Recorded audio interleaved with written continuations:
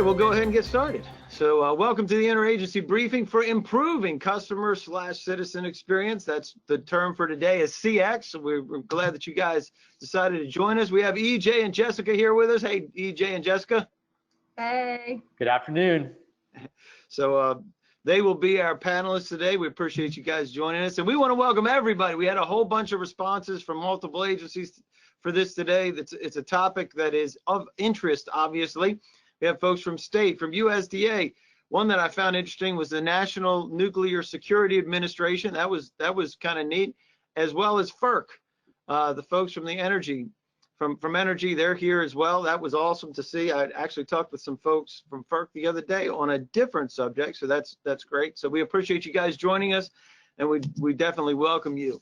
Today we'll give some introductions on the folks from Eighth Power Consulting and their experience in the topical overview for CX in government and what CX means, the goals, and improving CX within your organization and training, as well as some of the agency initiatives that you guys are seeing. And we'll get into some questions and answers, as well as some of the procurement options if you're looking to gain access to services. So this event is not affiliated or endorsed by any agency. It's provided to you, to the audience, for informational purposes only, and all participation in this briefing is voluntary, and engagement by government personnel is not an indication or endorsement to purchase from anyone. How about that? We'll just leave it like that. That's so we can dialogue, and that we can open up the channels. And speaking of dialogue, if you have any questions, you can pop open that panel, just look for the arrow.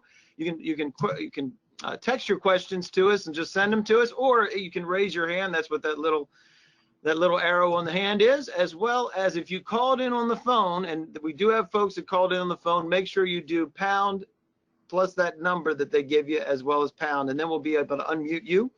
And if you prefer email, you can send it to govsupport@eighthpower.com. And that'll be available at the bottom the whole time. So we do have handouts. There's actually 4 handouts that you'll find. There's the President's Management Agenda, if I can get that out, the OMB guidance on CX, the briefing presentation, and Eighth Power capability statement is in there as well. And if you like the way that Jessica and EJ look, then you can make them larger. Just find that little thing on the panel, or it could be on the left, right, could be on the side or the bottom, it doesn't matter, but you can find it, and then you can make us bigger, or you can make us disappear all together. So with that, we're going to go ahead and we're going to open up the polls today. 1 second, we'll see what you guys say. Why are you guys here today? Let us know why you're here today.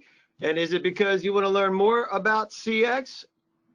Is it because you're currently working on a project with CX? Do you have an upcoming need for CX research or training, or determine which CX improvement method meets your agency's requirements, or your boss may become? So just let us know which one that is. And there's always a Weisenheimer, right? So there you go. So we'll leave this open for just a minute. And I'm going to go ahead and close it out. So it looks like a 50-50. Want to learn more about CX improvement, and the other ones the boss may become. Love it, love it, love it. So with that, tell us what you got. Why are you even here, Jessica? What's going on up there in Boston? Sure thing. So we are Eighth Power's an award-winning provider of customer experience research and training. We've been doing this for over 22 years now. Since our we've actually designed and developed some of the largest and most complex customer experience initiatives in North America. We have a whole panel of PhD researchers and analysts, as well as expert trainers. And then we also actually have a panel of over 500,000 field representatives. So those folks are who we actually use many times to help us conduct surveys, mystery shop research. And in addition to that, we actually have our own proprietary customer experience platform. So it's an online platform where we capture really all the data, and we're able to report on that. And then just beyond that, we're a small business, and this past year we became a GSA schedule holder. Most excellent. And 500,000 field representatives. We'll talk a little bit about that and what you use those guys for in a little bit, I think. Absolutely. So what are the types of things that agencies are reaching out to you for? Sure. So we actually provide CX strategy development. So that can involve various types of data collection and research. We assess everything from how your customers, citizens, stakeholders, how they feel about your agency, how your employees are stacking up, if there's any compliance issues, or really any areas needing improvement. So we're really helping to get a pulse on what's happening both inside and outside of your organization. We also offer various types of employee training and development. So once we know where any weaknesses may lie, we're actually able to provide the necessary training that can actually help improve your customer experience. Awesome. And we'll be talking about a lot of training and pieces in a few minutes. And one of the biggest issues that we find in dealing with government agencies, or just about anybody else, is what does this customer experience mean? You hear customer experience, customer engagement, citizens, who the customer is. So give us an overview of what OMB is talking about here. This is directly from OMB in the guidance, which you can download if you like. Tell us what all this means. Sure thing, Dave. So what you're seeing right here, this is the actual definition that the OMB puts out as far as here's what they're saying that customer experience is to the federal government. So it really is that overall perception of the federal agencies. So we hear the term customer experience tossed around quite a bit in the private sector. In the private sector, it's long been really a term to describe the delivery of goods and services. So the people who are really talking about that, or who that defines, is consumers that are purchasing those goods and services. Now, when it comes to the federal government, it's a little bit different. So customer can actually mean a couple different things. It can actually mean everything from an actual customer to a stakeholder to a citizen, a community member, even an employee. So it's really any individual that's interacting with your agency. And it can mean bosses, it can be subordinates. It's amazing when you start to peel back the onion on what CX the customer is, who that customer is one of the most difficult things to define, right? So one of the biggest things that's hitting us is the President's Management Agenda, also known as PMA. And CAP Goal 4 is where we're talking about improving customer experience within the federal services, which is why everybody's here today. So tell us about what that means.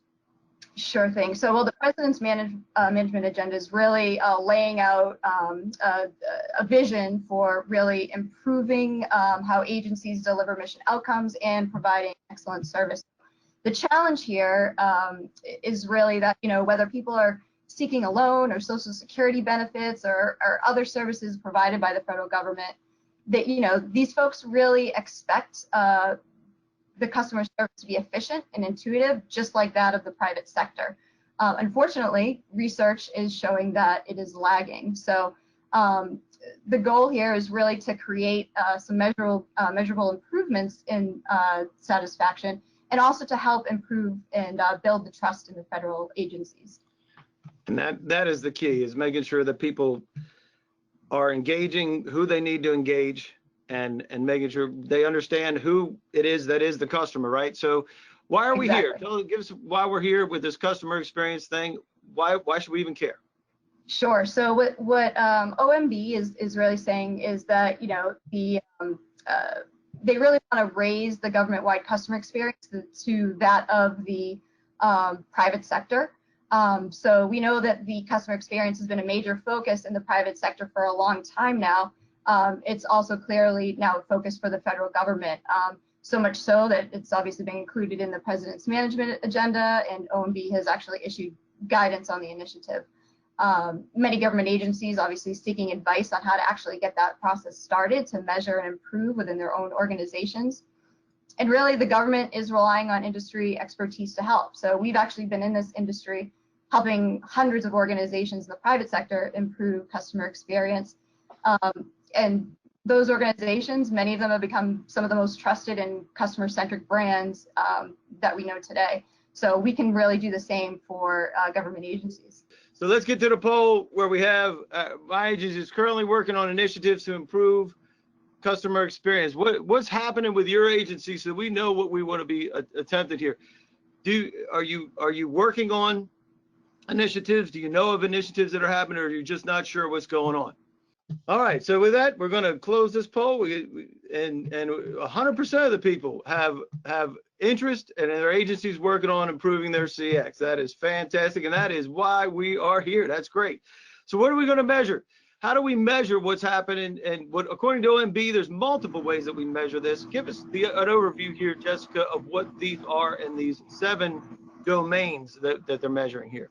Sure. So OMB is actually saying at a minimum the federal government customer experience should be measured in 7 different areas. So we're looking at satisfaction, confidence, quality, ease, efficiency, transparency, employee helpfulness, and all of these things are also areas that are measured in the private sector. So agencies really should be just identifying their highest impact customer journeys and select the touch points and transactions with those journeys to collect the feedback.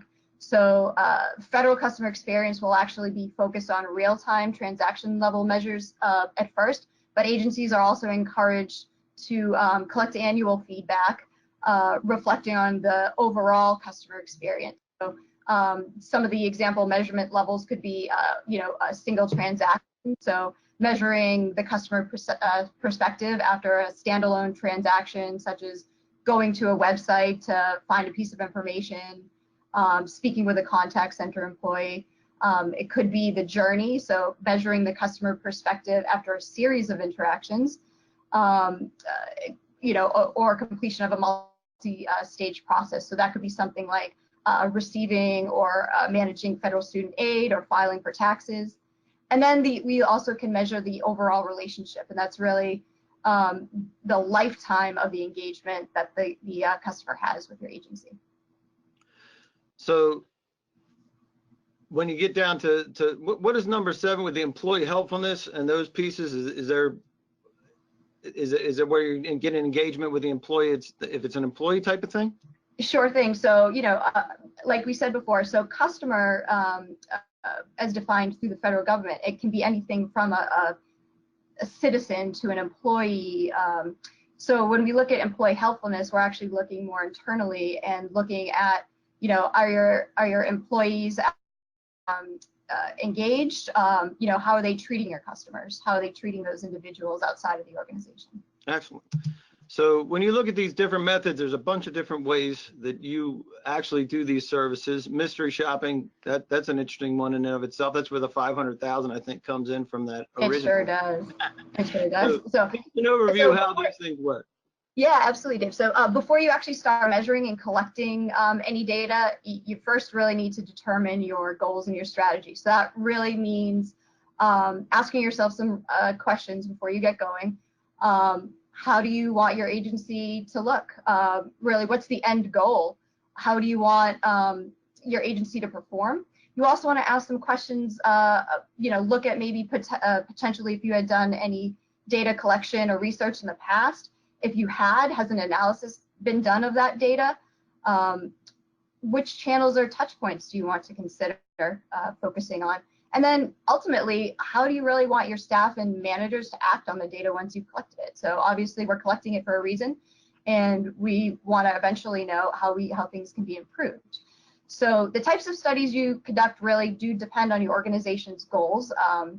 Really depends on what types of data sets need to be collected and how that data is going to be used. So these are some of the main tools that we have found very effective. As you can see here, we have mystery shop research, surveys and interviews, internal assessments. There's many different research methods. We've put some up here just as some examples, but for those of you who aren't familiar with mystery shop research, it's a solution that we have been doing for over 2 decades. It's something that we have found we've been really able to derive some really great insights from that type of data. So it's basically a process of utilizing people to carry out specific transactions through various channels. So it could be in person, online, on the phone, and really it's used to be able to evaluate the customer experience. So we talked about how many field reps we have in our panel. So those are folks that actually we're able to train and use to conduct virtually any type of scenario. So depending upon the client and project, we can also utilize the client's own customers or stakeholders. As an example, right now we actually know that the VA is doing mystery shop research to really see what's going on within their medical facilities. So they are sending in veterans to these facilities to be able to evaluate what's going on there. And basically what happens is once they're collected, once we collect all that data, the veterans go in, they input the information and their evaluation. We're able to take all that data and then report that back to the agency. So it's a great process. It's a great research method. And it's very interesting. And when you have 500,000 folks that you can send, you can get a really good feedback from that. And when we started talking about that before, it just always amazes me when I think about those numbers that you can do. So those, what are the types of methods that you are using to get to measure your customer experience? Is it survey interviews? Is it mystery shop research? Is it journey mapping? Is it focus groups, or is it other methods? Let me know what you guys do, and we'll be able to categorize things appropriately. We're going to get into how this actually works in just a minute, and we're going to make you talk, EJ, in a minute, I promise. So with that, we're going to give you another 5, 4, you can do it, 3, 2, 1, and a boom. So give us an idea of what's happening here. This is the cycle, right? Is that right? Yes. So tell us about this cycle where you're trying to get KPIs, which is key performance indicators. Most folks understand that, but some don't. So give us an idea what that means. Sure thing. So, over the 20+ years that we've been doing this, we've really been able to develop a general path to success. So this is a very simple model. It works. You're constantly learning and improving. The first step is really establishing some benchmarks in tandem with your leadership. So each agency will have their own set of goals and variables. And at this point, too, if you've already conducted some CX research, that allows us to potentially leverage that data and make sure any future efforts are really in line with what you've done in the past. Say you've conducted a satisfaction survey. You can look at the scores, figure out really, where you need to improve, and come up with key performance indicators. So those are the KPIs that we're talking about. And those are really the elements of your plan that are really expressing what you want to achieve and when. So again, KPIs are very specific to your agency. It could be anything from using a Net Promoter Score, which is the percentage of customers that either would or wouldn't recommend your agency. Another KPI could be customer satisfaction rating. So where customers are rating a specific experience that they had. That could be something like getting an answer from customer support. And also even the average support handling time. So how long did it take the customer to actually get to somebody and be helped or resolve their issue?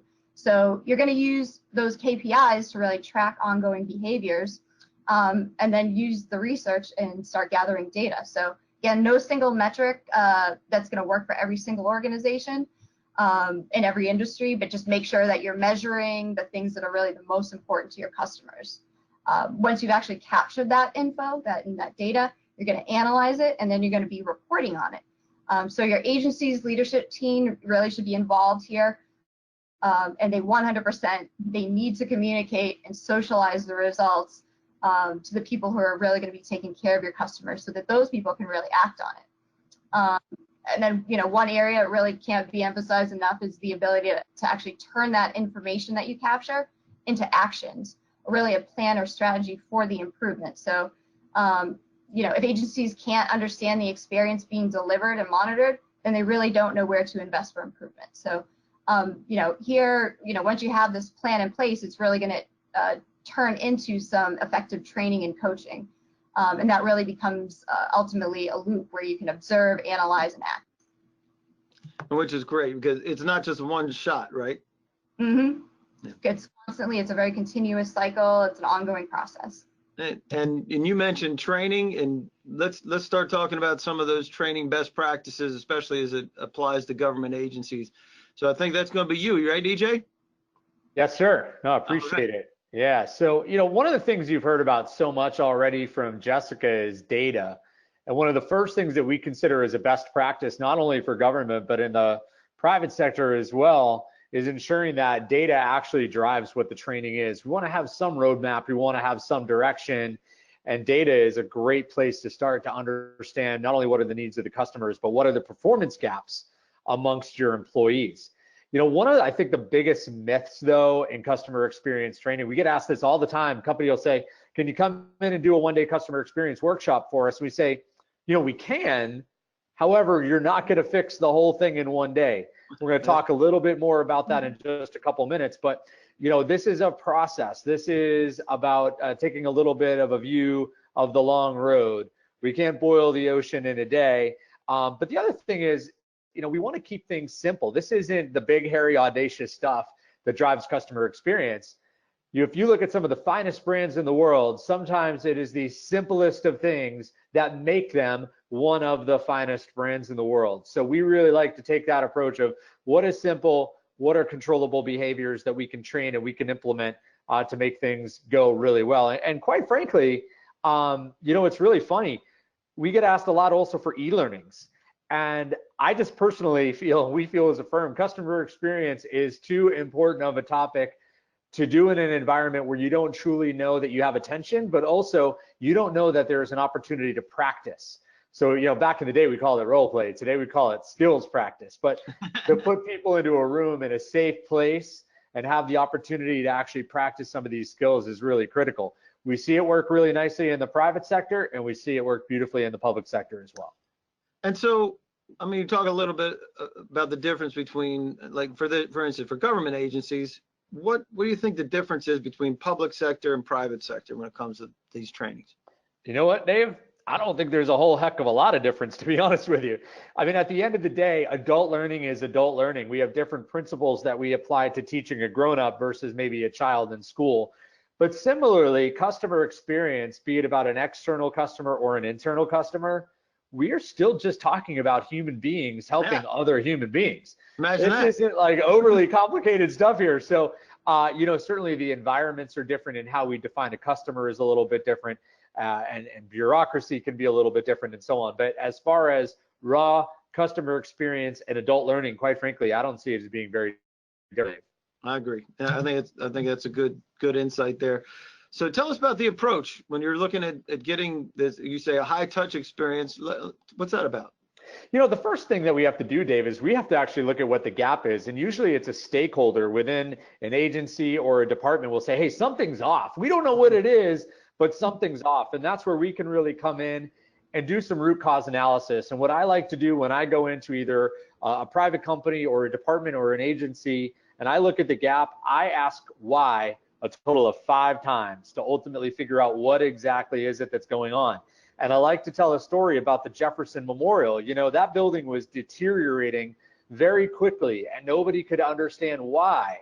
And what they realized was there were a lot of birds, and those birds were leaving some gifts that had to be power washed every couple of weeks.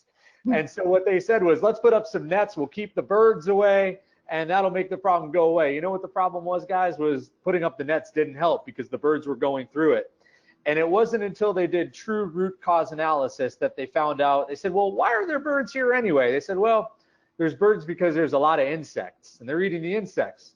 Well, why are there a lot of insects there? Well, because we leave the lights on all night so that the Jefferson Memorial looks beautiful. And so you know what they did? They shut off the lights for a little bit at night, and it cut down on the whole problem. And we do the exact same thing for businesses by asking why a total of 5 times. We bring that information back to the shareholder. That allows us to drive a training recommendation, and then we're able to launch a robust program to actually address the gap. So how do you know what a department needs for training? How do you even start that? We go in and we do something we call our pre-analysis phase, and we will enter the business, or we'll enter the department, or we'll enter the agency almost like we worked there, and we'll actually spend a little bit of time investigating what all is actually going on. And now, when you say spending time, is that actually with everybody or just one of the stakeholders? How does that work? I call it a hip-to-hip experience. So let's say hypothetically we're working with the passport agency, just to pull somebody off the top of my head. I would actually want to sit down with a representative who processes applications. I would want to sit down with a representative in a passport office, with somebody who is working with applicants on the phone. I want to see the real life front end customer experience for myself so that I can understand really what's going on and where the training gaps might be. Now, is this whole thing just about people being nice to each other? Is that No, I wish it was. So like, I mentioned in a previous slide here, this isn't just about teaching soft skills. And that's why we say that a one-day workshop, it really just can't be done in a day. Now, certainly soft skills are important, and we want to teach people how to be nice, and we want to teach people the prescriptive language that's involved with being a rock star customer experience provider and problem resolution skills and all that good stuff. But absent the leadership component, absent ensuring that there are leaders and managers who can lead and manage, who can coach to the right behaviors, that's really something that is important. But the other thing that gets lost sometimes in customer experience training is sometimes it's not about the people, sometimes it's about the process, or maybe it's a system, or maybe it's a policy. Some of the best customer experience training that 8th Power has ever provided to any sort of business or agency has actually been to the people in operations or the back office, people who actually never see the customer. We want to train them on how their work is customer impacting.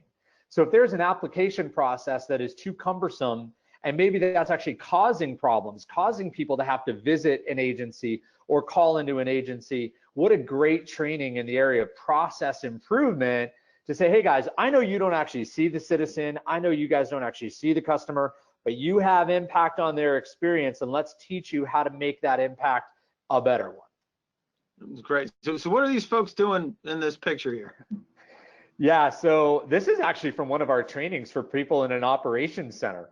And we wanted to teach these folks on how to improve their problem solving and leadership skills. And this is actually a real exercise that we do in our leadership training. So we had a team of people on one side of the table, we had a team of people on the other side of the table, and we gave them each like a Mickey Mouse puzzle, like a child's 30-piece puzzle to complete. It wasn't until about they were like 3 to 5 minutes into the exercise that they realized that the other team had pieces that belonged to them. Oh, and wow. So what that allowed us to do is see, like, how long has it taken them to discover that? Who is announcing the discovery? Who is leading the charge to like broker the deals between the two groups of like, well, I don't want to trade for you because it was a race to the finish, And what it really did was it positioned that, leaders come in all different shapes and sizes, and it's not a one size fits all approach. And so that was fun to display that it takes every different type of style to be an effective leader and really bring that to life for those guys. So that's a fun exercise that we do in our trainings, and gets everybody laughing, but brings that realization that leadership comes in all different styles. And what a great way to illustrate the need for interdependence, right? That's right. You got that right, Dave. Pulling people together. Love it, love it. So here's some examples of some of the initiatives that are out there for agencies. We see, depending on the agency, student aid, obviously those types of things. But tell us what you see and the impact of these. Just comment on each one. Yeah, so I mean, if we talk about process improvement, we talked about soft skill behaviors and those sorts of things. And this is just obviously a very small list of departments or agencies or services that citizens can take advantage of that can be positively impacted by customer experience training. One of the first things that comes to mind for me is like the National Park Service, for example.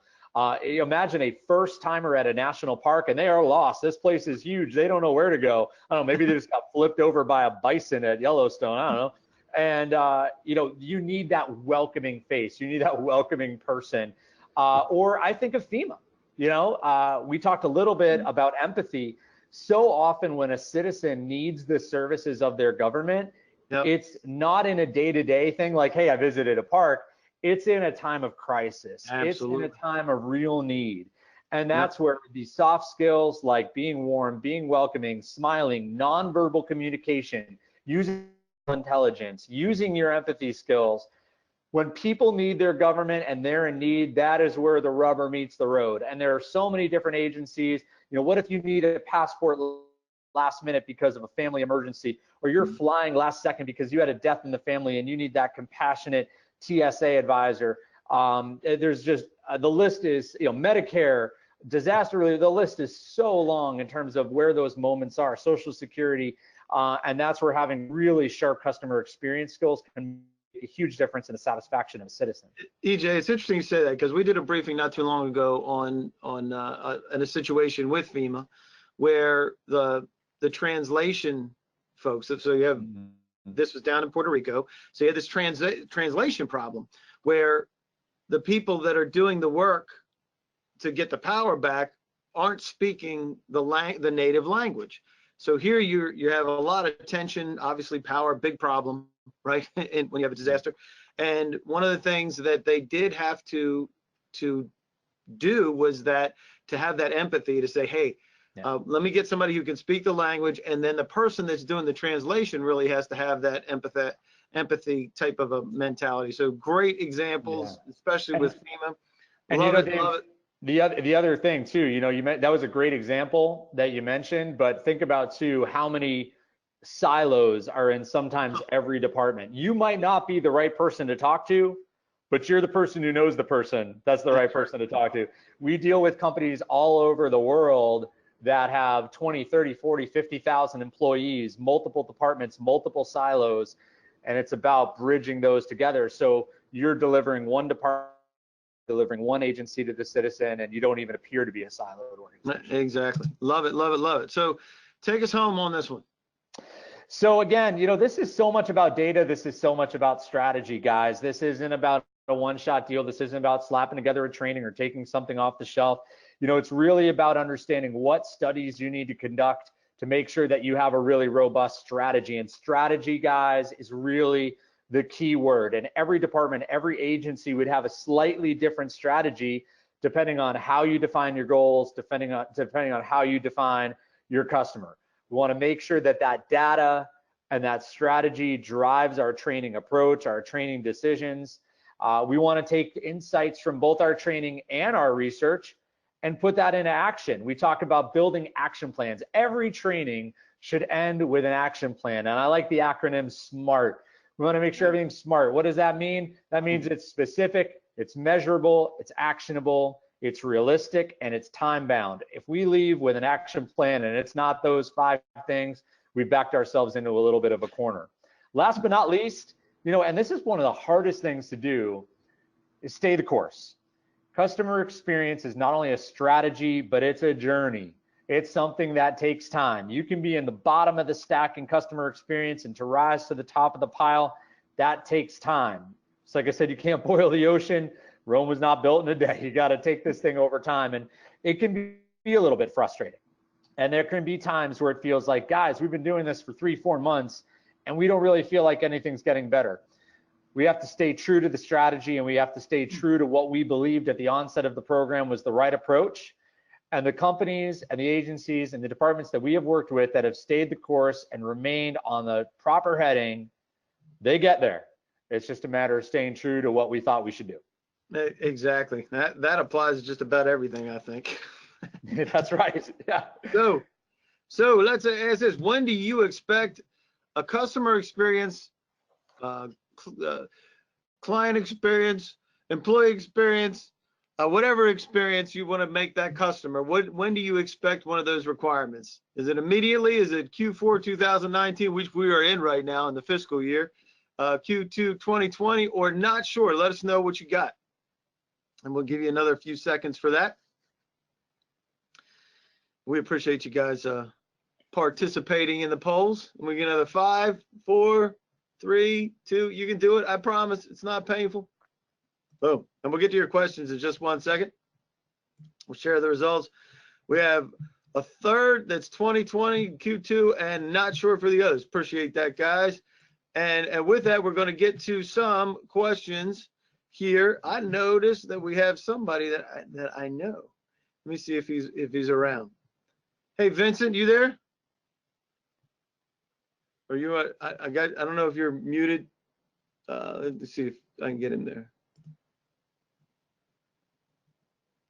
I can't. He can't. I can't unmute you.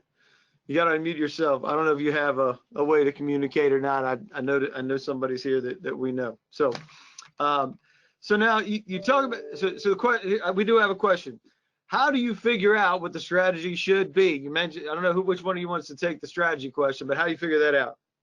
Sure. So I think the very first thing is you really need to define who your customer actually is. So, at that point, once you know who they are, then you can really go on that process of understanding them, what they need, and how they'd really like to interact with your government agency. So when agencies start thinking like their audience and determining who they are, what they need, how they can reach them, and all those things, then they can really maximize that knowledge to create a sound strategy. So those insights are really what drive customer experience improvement, and really help the agencies find the right tools to really cater to the unique needs of their customers. So the other thing is you really also need to look at the end goals.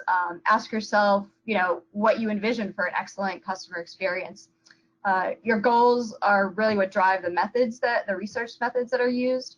And from there, it's tracking behaviors, collecting the necessary data to show where the changes need to be made, and then training can be implemented. Yeah, the only thing I'd add to that, Jessica, is, I mentioned a little bit that time we spend in the department or agency prior to us even deciding what the training program ought to be. One of the cool things about that is that the employees in the agency, they obviously see us there. And it actually drives some excitement about the fact that they're going to get trained and that they have input on what that training is going to look like and what their needs actually are. And what that does is that drives early adoption. And that's a really important thing that we need to make sure happens within a department or an agency, is that not only the leadership, but that the rank and file feel like a real strong connection to what's being trained early on. And that's how we know we landed on a solid strategy, is when people are excited for us to be there before we even walk into the training room. And one of the things you brought up earlier is the customer and who the customer is. So one of the questions is, how do we define who our customer is? We got to ask a lot of questions to figure that out. Sometimes it's obvious, right? So sometimes I'll use the National Park Service as an example again. It would be very obvious to say, well, the customer is those who visit a national park. Mm-hmm. However, sometimes you do actually have to go a little bit deeper to say there might not be people who visit a national park. There might be people who actually financially support a national park through a foundation. Mm-hmm. But also the easiest one to forget is the people who work there, the internal customer. And I think it's, there's almost every single person within any type of company or agency that has not only an external customer, but an internal customer as well. And the way we define the internal customer is, who is reliant on me doing my job for them to be able to do theirs? Defining that customer is a little less obvious, but almost far more important. I know that this is a challenge with some folks too. Is a challenge of CX terms being different, and how do you standardize those terms? That's an awesome question. I mean, CX has been a term that has really become far more mainstream, that everybody really understands. However, if you're in a software company, you might use UX for user experience. If you're in a nonprofit environment, or maybe even a credit union, you use MX, member experience. And I think that within government, I think it's really important that CX can still be used, I think, in a really beautiful way, because we're not only talking about the internal customer, but we're talking about the citizen as well. And I think it's really important that CX become as widespread and as used as possible, but that there become a widespread understanding that that phrase has two different meanings, both the internal customer and the citizen. And I think that's what's really important, is it can mean just about anybody. It's right. Anybody in your organization. I think that as the federal agencies start to get their hands around the president's management agenda and that CAP 4 goal, they'll start to see that it actually flows through multiple areas of their organization, and they need to get buy-in from and interface with multiple people, not just the end. Not, for instance, the veteran affairs. It's obviously you want to service the veterans, but you have the nurses, the doctors, all the support structure, all the support people too, and they can be. And when you think about in the federal purchasing world, customer means different things to them, and being able to have that experience be a great experience throughout all the different levels of those. So I think that all those are very important. So we appreciate those questions. If you have any additional questions, please send them to govsupport@eighthpower.com.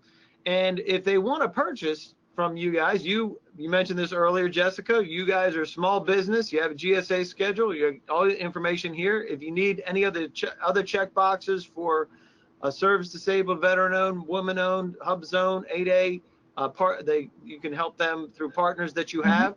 And you work with folks all over the place. So we appreciate that. That's Jessica's information right there so that you can get in contact with her at any time. And just a quick follow-up, you will get via email, you get a copy of the presentation. If you didn't download it here, you'll get it again. The Q&A, supporting documents like the PMA, the information from Office of Management and Budget, as well as capability statement and procurement options like the GSA schedule. And with that, we're going to let everybody go, but we want to thank you, EJ and Jessica, for sharing information on CX. It is a popular topic and not quite batted down yet in the federal world. They don't quite know what to do with you guys yet.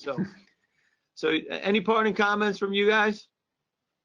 I just say thank you everyone for joining, and certainly feel free to reach out to us at any time if you have any needs related to customer experience. We are ready and eager to help you. You betcha. I couldn't have said it any better. Awesome. Well, thanks again. We appreciate you guys being here, and let us know if there's anything else we could do for you in the world of customer experience. I know they would love to talk to you. Thanks much, guys. Thank you. Thank you.